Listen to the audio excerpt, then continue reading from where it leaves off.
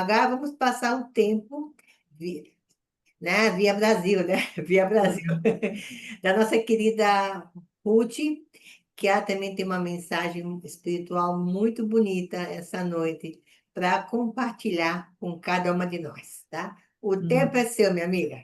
E Uhum. obrigado por estar aqui conosco, tá?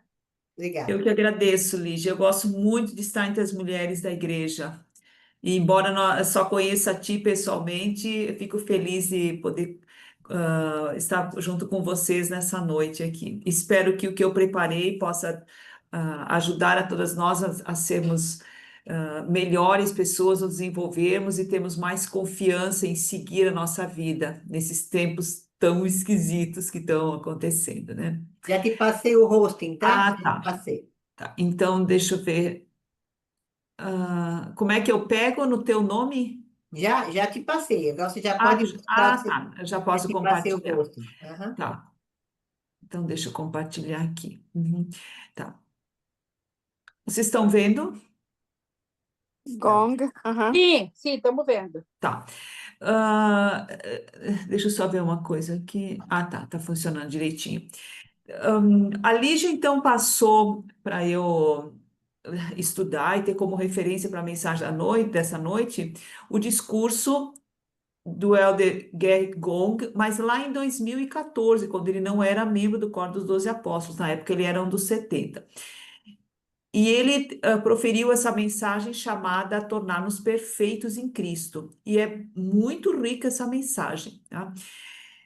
Eu li várias vezes a mensagem, que umas 3 ou 4 vezes a mensagem, marquei alguns pontos, mas eu tinha na cabeça também a mensagem do presidente Nelson da última conferência. Então eu acabei juntando, trazendo para o conteúdo que eu vou apresentar, um pedaço do discurso do presidente Nelson na conferência de abril, que para mim foi muito tocante. Depois eu comento o porquê até.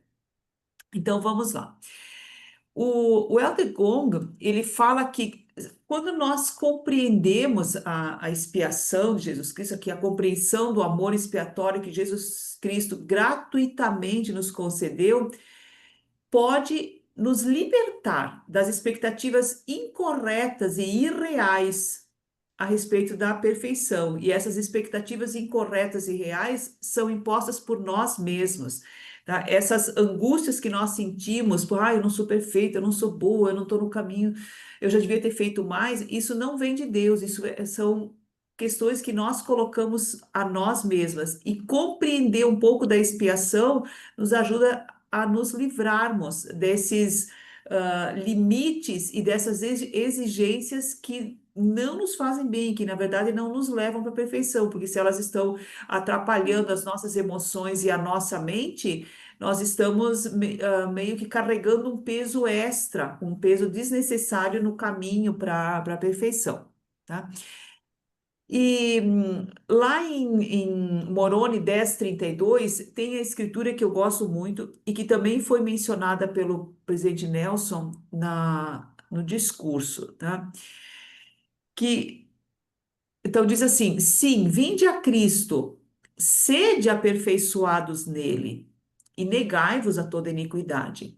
E se vos negardes a toda iniquidade e amardes a Deus com todo o vosso poder, mente e força, então sua graça vos será suficiente, e por sua graça podeis ser perfeitos em Cristo. Né? Então são duas palavras que eu marquei em vermelho que eu quero explorar um pouquinho o conceito delas. A primeira é expiação, que nos convida a vir a Cristo e sermos aperfeiçoados nele. E a segunda é a graça, que é como um presente de Deus para nós também sermos aperfeiçoados em Cristo.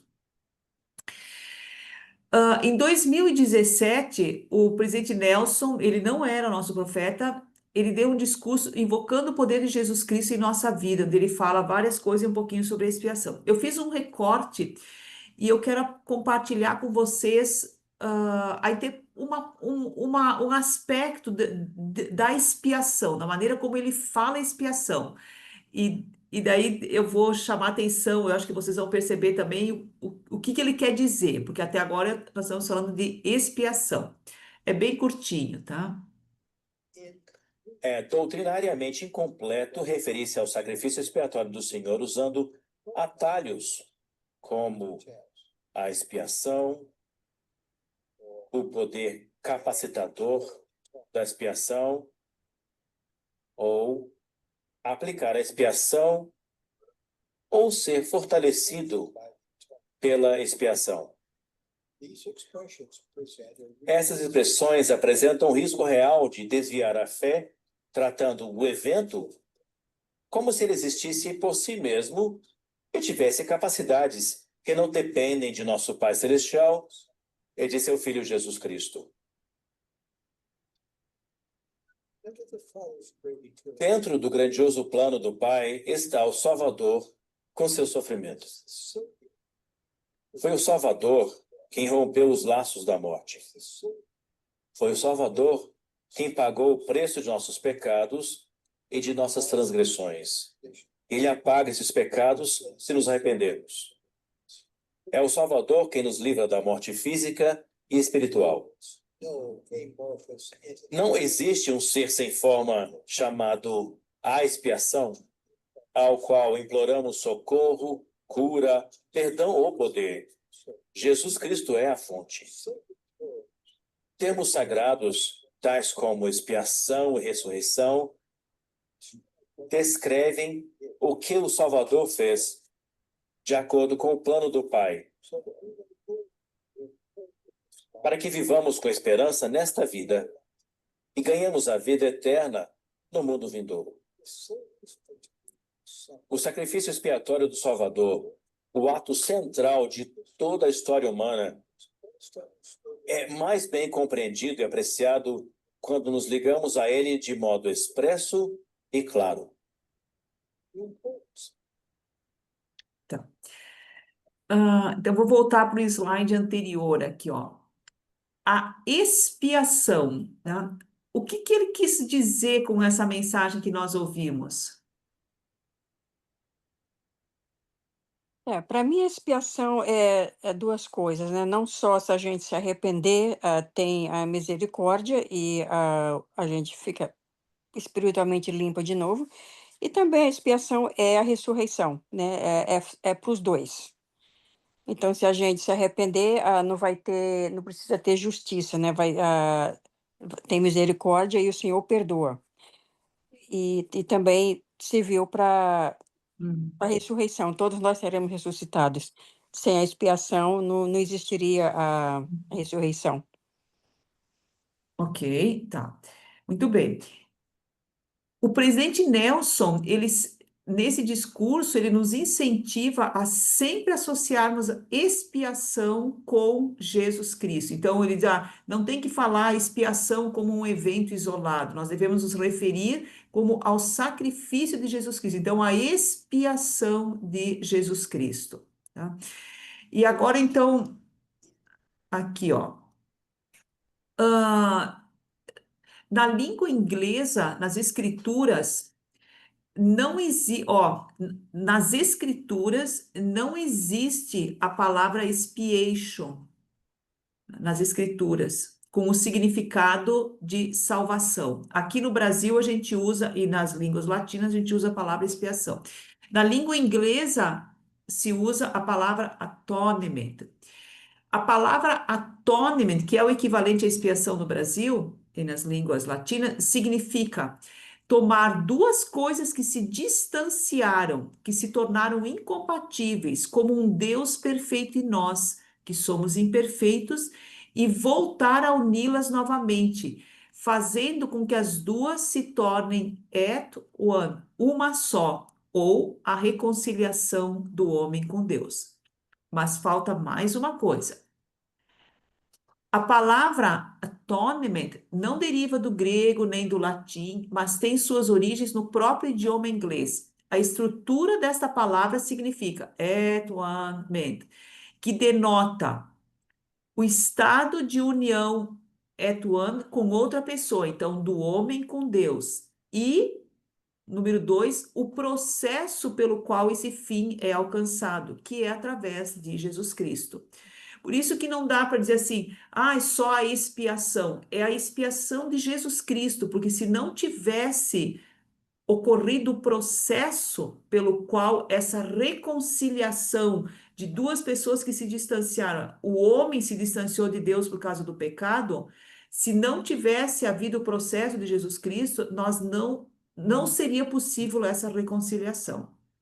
Para mim, isso foi bem importante entender, porque, olha, durante muitos anos, eu ficava com um vazio, assim, faltava alguma coisa na minha compreensão do que realmente significava a expiação de Jesus Cristo. Depois, quando eu aprendi isso naquele livro A Expiação Infinita, de Ted McAllister, é um livro muito bom, tem quase 300 páginas, mas, assim, muito conhecimento lá dentro, muito aprendizado.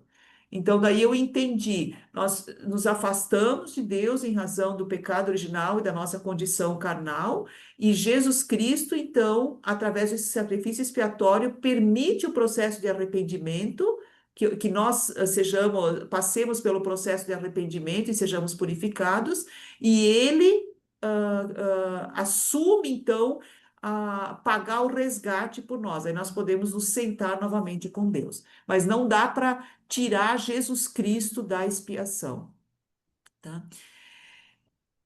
E a segunda palavra então aqui, ó, a expiação de Jesus Cristo nos convida a vir a Cristo.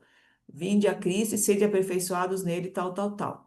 E daí, depois que nós fizermos isso, a graça de Jesus Cristo, que é um presente, nós teremos a segunda parte do nosso aperfeiçoamento. Eu vou mostrar para vocês. Não, tem uma coisinha aqui, ó. No dicionário bíblico da igreja, diz assim que graça, o que significa essa palavra graça, tá? Graça é um poder que permite a homens e mulheres ganharem a vida eterna e a exaltação, depois de fazerem todos os esforços que estiverem a seu alcance. Tá? Então, nós podemos fazer tudo o que nós queremos, ainda assim nós não vamos conseguir. Como é que nós vamos conseguir? Através da graça, que eu sempre gosto de dizer que é um presente de Jesus Cristo. Pelo nosso esforço, fizemos tudo o que foi nos possível, daí Jesus Cristo nos dá essa ajudinha. Pois não, Lígia? Não, que você está falando de graça, né? Eu tive uma experiência muitos anos atrás que estava buscando um papel de presente de Natal para embrulhar uns livros de Mórmon, para entregar para investigadores, onde tivesse um anjo com um livro na mão. Mas não existe mais esse papel de presente assim, com anjos e etc. Aham, Já não tá mais na moda, né? E é, eu lembro que eu busquei por um mês. Um mês. Eu fui para tudo que é lugar buscando algum, algum papel de embrulho, né? Mas que tivesse um anjo. aham, Lembro que foi no final, foi uma semana antes do Natal. E eu estava no supermercado, estava no caixa, e de repente vi do meu lado um cesto, que estava cheio de papéis de presente. E olha vi só. no meio deles um papel vermelho. Eu tirei assim e tinha um anjo com um livro na mão.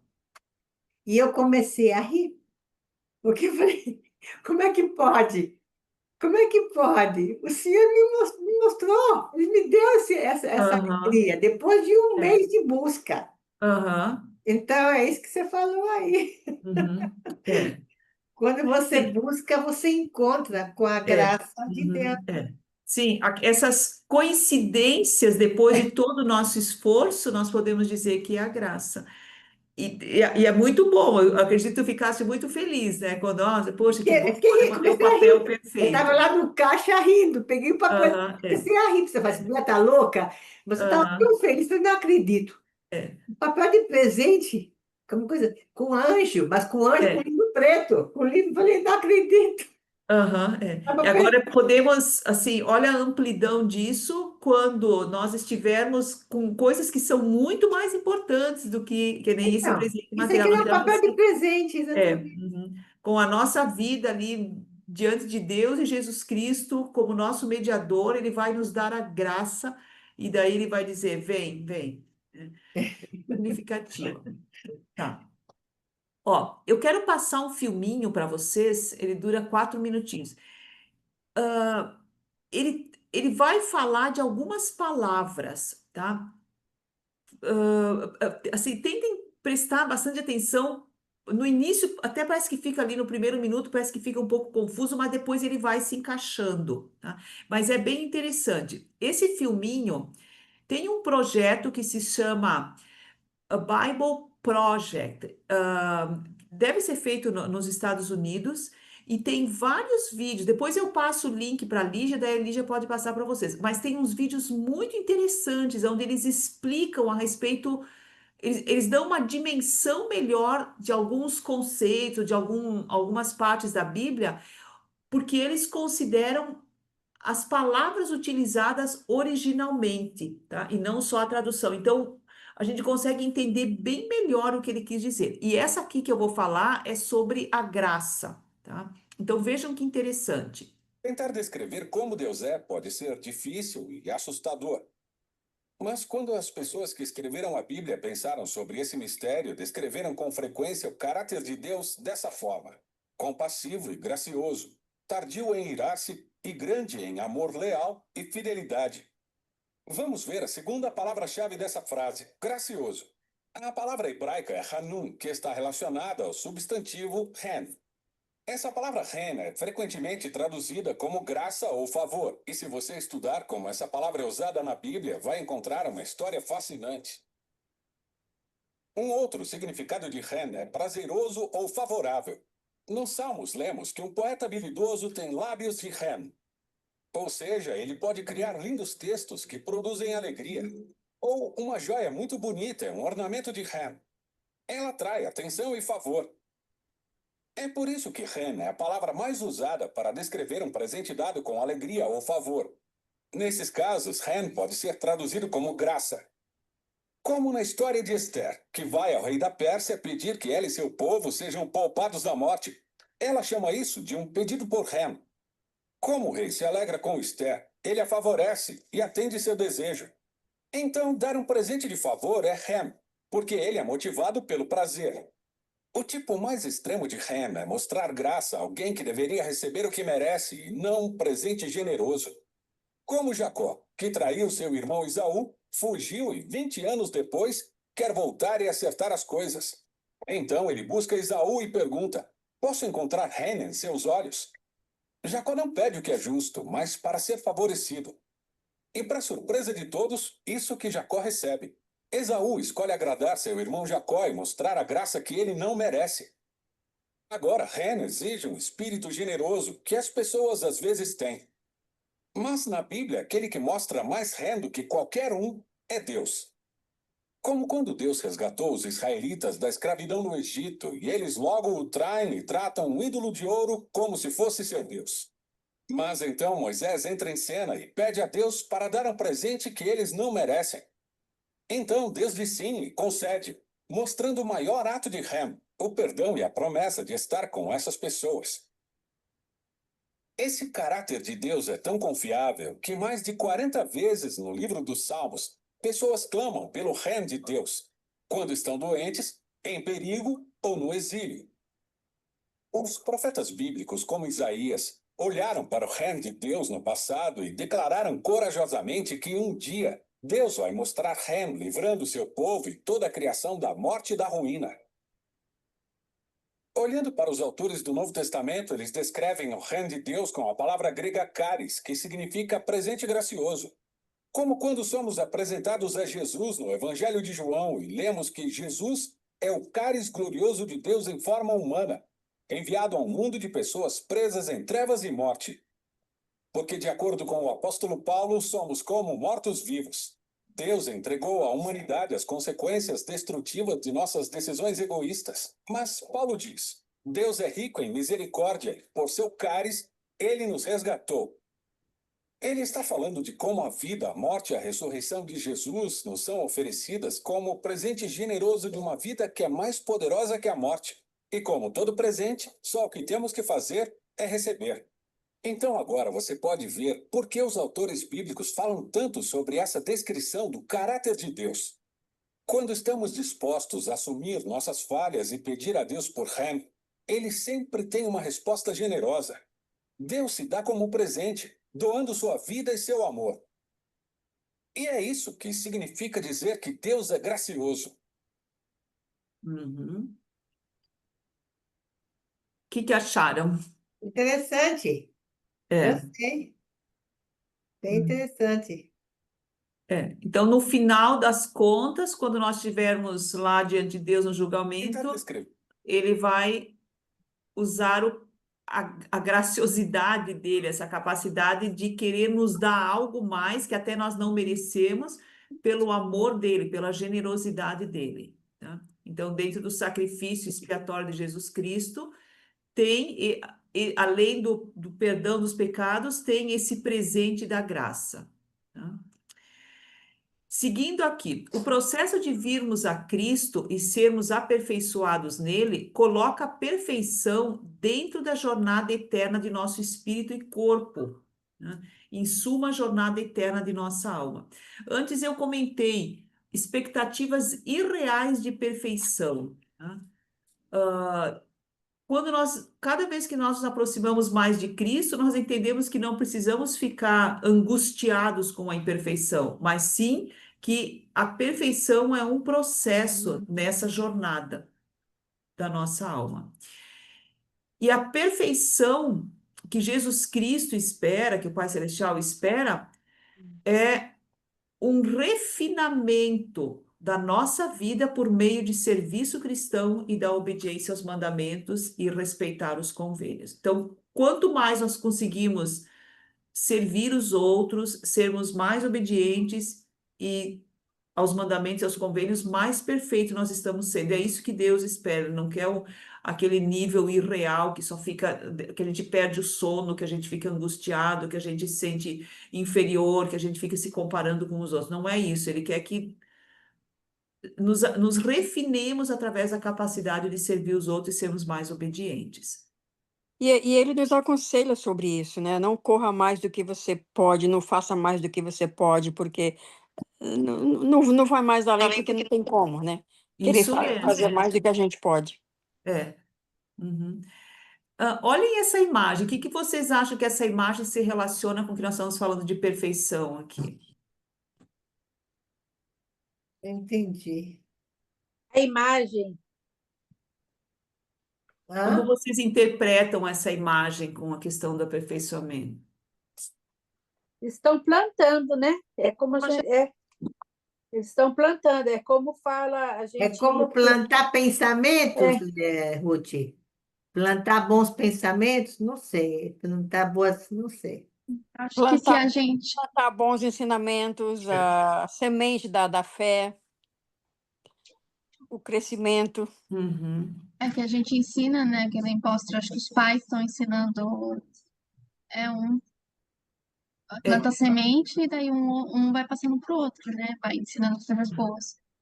Aham. Tá. Ó, então eu vou voltar para esse slide aqui, ó. A perfeição reflete nosso refinamento de toda uma vida por meio de serviço cristão. Então eu vou voltar para a imagem aqui, ó.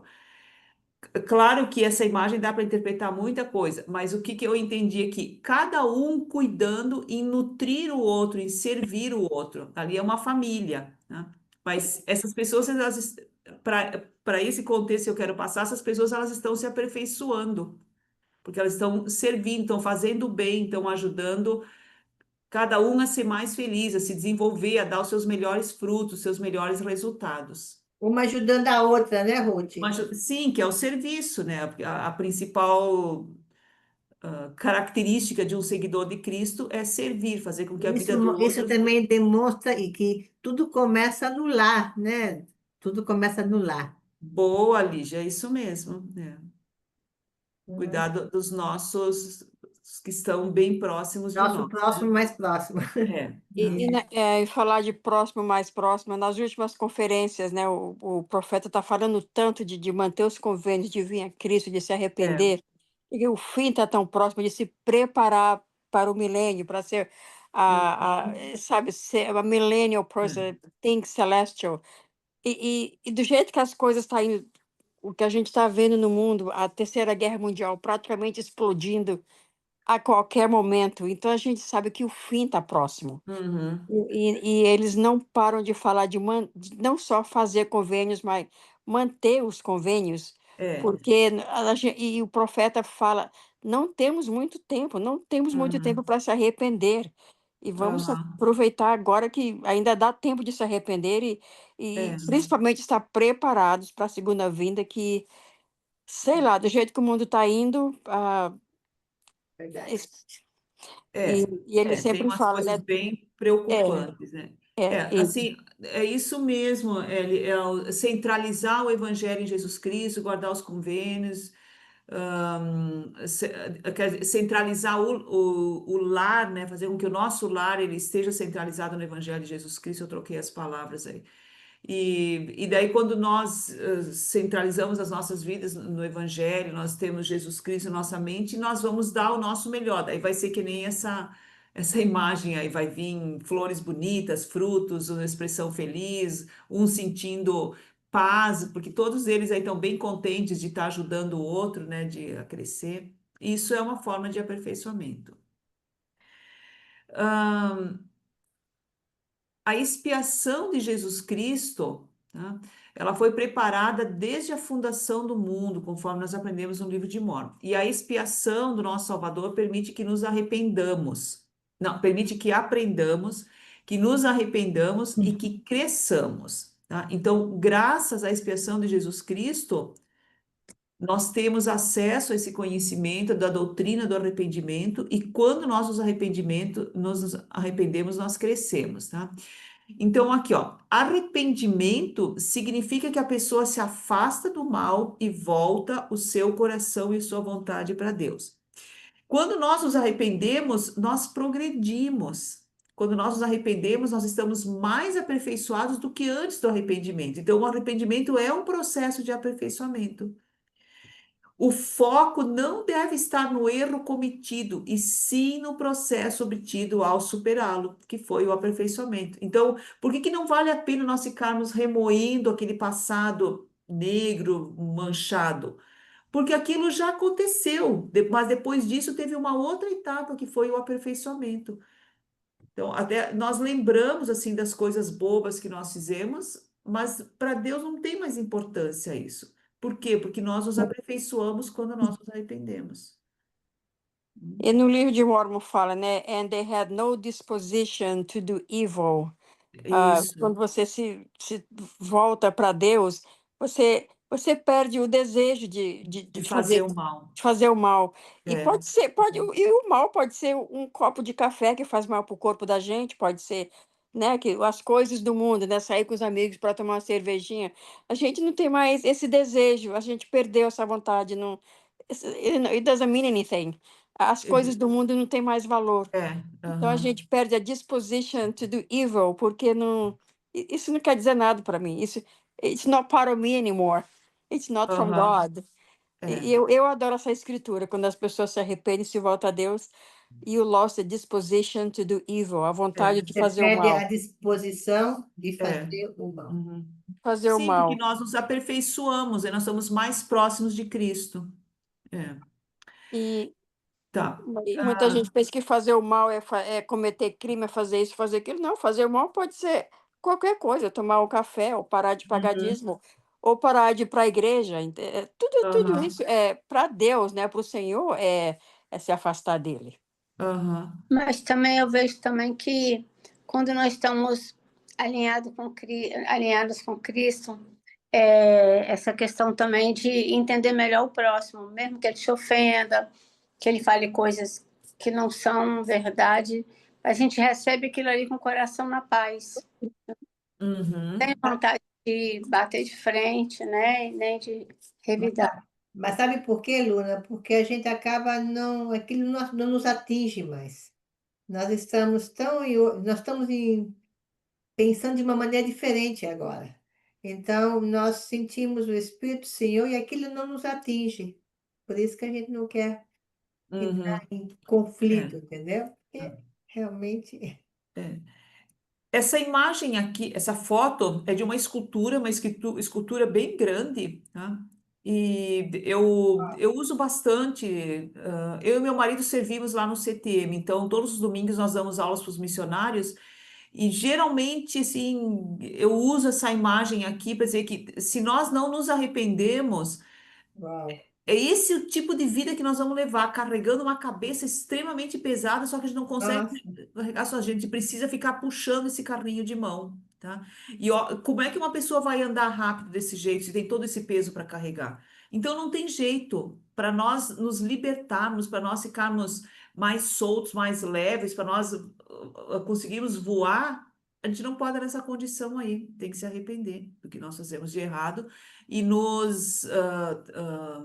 assim, nos elevarmos, né, dentro dos padrões de Jesus Cristo, que são os padrões que libertam. Yeah, go and sin no more, né? Vai e não peques mais. Então, Isso, tem é. que ter de errado no passado, mas daqui para frente, looking forward, go and sin no more. Não peque mais.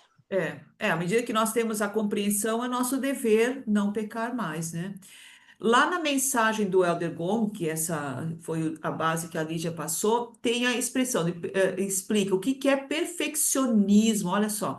Uma atitude ou comportamento que faz com que o desejo, um desejo admirável de sermos bons, seja transformado na expectativa irreal de sermos perfeitos agora. Uhum. Então, o perfeccionismo o desejo de sermos bons tá ok, só que o perfeccionismo torna isso numa expectativa irreal que nós não vamos conseguir alcançar. O perfeccionismo pode causar insônia, ansiedade, procrastinação, desânimo, racionalização e depressão, porque é muito irreal a meta que eu coloco. E nós vimos antes que a perfeição é um processo, tá? Durante a jornada da vida e da alma. Esses sentimentos podem afugentar a paz, a alegria e a segurança que nosso Salvador deseja que tenhamos. Ele só quer que nós sirvamos o próximo, sejamos obedientes o máximo possível, guardamos nossos convênios. O restante, a graça dele vai completar. Outro grave aspecto do perfeccionismo é impor a outros nossos padrões irrealistas, condenatórios e impiedosos. Quando nós somos como figuras de autoridade, mãe, líder, irmã, afinal, assim, a nossa pressão sobre os outros refletem padrões que não correspondem à realidade. E a pessoa se sente presa, como se ela estivesse numa condenação de algo que ela não vai conseguir fazer. E daí nós acabamos sendo impiedosos. A impiedade é ao contrário de bondade. Em vez de nós fazermos um bem, nós estamos botando aquela pessoa para baixo, dizendo que ela é uma incompetente, que ela é fraca, que ela não consegue. Tal comportamento pode, na verdade, negar ou limitar as bênçãos da expiação do Salvador em nossa vida e na vida das outras pessoas. Então, essa ideia do perfeccionismo nos priva de nos beneficiarmos das bênçãos da expiação de Jesus Cristo. Isso, então, é o que o Elder Gong falou. Tá.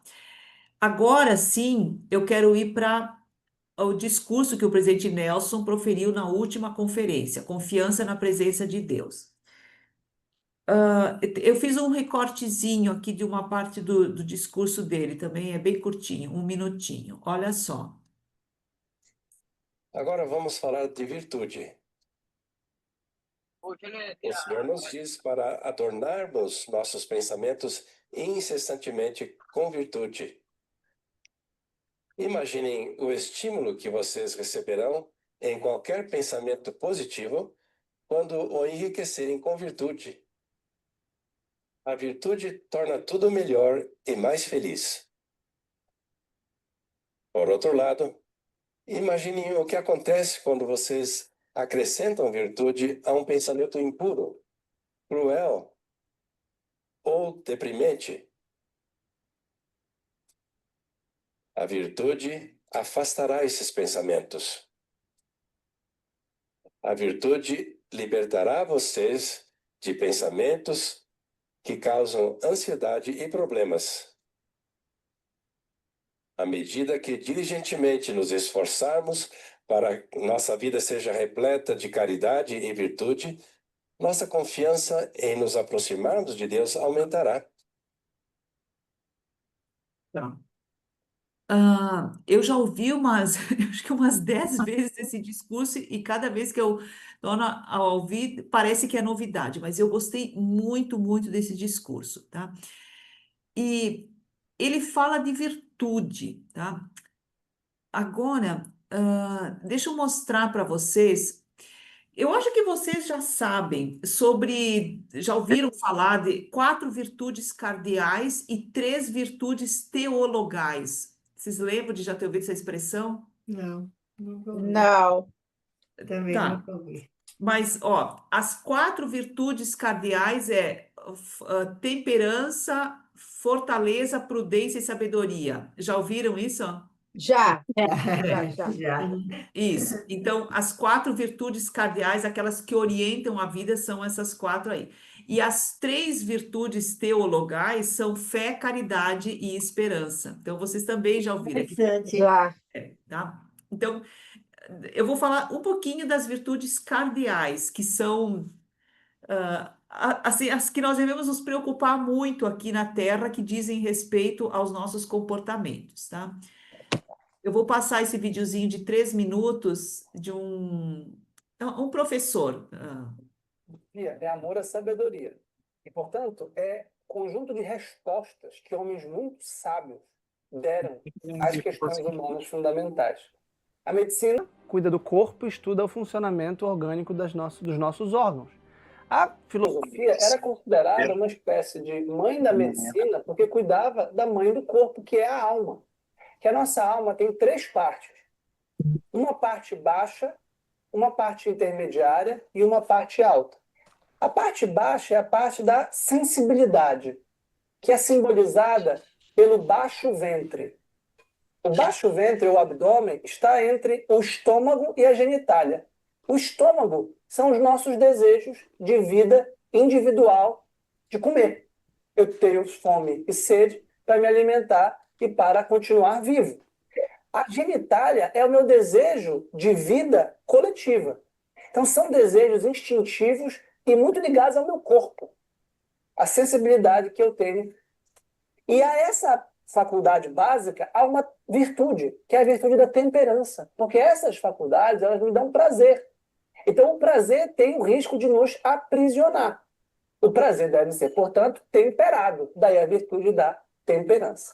A segunda parte da alma seria simbolizada pelo peito, que é essa parte forte que está ligada à afetividade, à honra, ao dever, à responsabilidade, ao desejo de poder, mas não o poder para dominar, o poder para servir, para obedecer ao bem comum, para cumprir o nosso papel. E a virtude correspondente a essa parte intermediária do peito é a virtude da fortaleza, da resistência ao desconforto, da coragem, como superação da paixão do medo. Era uma virtude muito ligada na antiguidade à atividade dos guerreiros, à prática militar da guerra, em que eu não posso sucumbir ao medo, à angústia, à incerteza. Então, essa é uma parte já superior à parte baixa, porque não é mais o nosso corpo simplesmente vibrando diante de coisas que o apetecem, mas já é a nossa alma subindo para um patamar de dignidade, de honradez e mesmo de humanidade. Só que o homem não é simplesmente um animal com honra. O homem também tem um desejo de perfeição, um desejo de verdade, um desejo de plenitude, que é a nossa parte alta da cabeça. Então vejam, do baixo ventre, estômago e genitália, subimos para o peito e do peito para a cabeça. A cabeça simboliza a parte alta da nossa alma, cuja virtude é a sabedoria. Tanto a sabedoria teórica de contemplar a verdade do mundo pelas ciências e pela filosofia, quanto a sabedoria prática de determinar como nós devemos agir, tomar decisões, conversar, nos aconselharmos com as pessoas mais sábias. Então, a virtude aqui é exatamente conhecer a verdade e viver a verdade. Mas você sabe que são 4 as virtudes cardeais. Eu falei da temperança, da fortaleza ou coragem, da prudência. Mas há a virtude da justiça.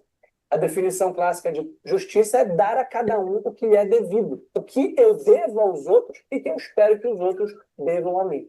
A animalização do homem nada mais é quando a gente inverte os polos dessa hierarquia natural e torna a parte baixa da alma o centro da nossa personalidade. E passa a lutar com honra e com dignidade para atender a parte baixa. E a razão passa a ser a sublimação das paixões. Então, a animalização do homem é essa brutalização e esse primitivismo em que as sociedades decadentes se encontram, como a nossa. Uhum. Tá. Então, o profeta falou de virtude e tem a palavra virtude está associada a esses 7 conceitos, as cardeais e as teologais, tá? Então, eu fiquei assim, bem surpresa quando o profeta falou que nós nos aproximamos de Deus, nós conseguimos ter confiança em Deus quando nós praticamos as virtudes e quando nós somos caridosos, que foi o tema os 2 elementos que ele destaca no discurso dele, tá? E aqui, para nós encerrarmos, então, o que esse professor falou? E olha como isso nossa, é muito real, tá? A temperança que está associada às questões de interesse sexual, interesses do corpo, de gula, essas paixões carnais, precisam ser moderadas pela temperança, tá? Então, aqui, ó, baixo ventre, genitália e estômago. A virtude da temperança é o autocontrole, organiza a sexualidade e modera os impulsos e apetites. Então, eu entendi assim, quando o profeta está falando a virtude nos aproxima de Deus, e se ele estiver falando da virtude da temperança, ele está dizendo o autocontrole, tá? A organização dos impulsos naturais nos aproxima de Deus, nos faz andar com confiança diante de Deus. Depois, o segundo nível, então, é a virtude da fortaleza, que se refere às emoções, aos nossos sentimentos, que daí nos faz fortes em guardar os mandamentos, em cumprir os convênios, em sermos bondosos, em considerarmos as outras pessoas, e leva-nos a perseverar nas coisas difíceis e árduas. Então, quando ele está falando dessa virtude, eu entendo isso. Se nós somos fortes, se nós somos perseverantes, nós estamos conquistando mais confiança de Deus. A terceira, então, que se refere à nossa cabeça, é a virtude da prudência ou sabedoria, que determina como é que nós vamos tomar cada decisão com base na verdade. Aqui mesmo nós falamos, temos que aprender conhecimento, temos que entender o evangelho, temos que entender as coisas do mundo, temos que ir ao templo, buscar inspiração. Para quê? Para estarmos ancorados na verdade, né? E daí, ancorados na verdade, nós vamos tomar as decisões e vamos estar aplicando a virtude da prudência.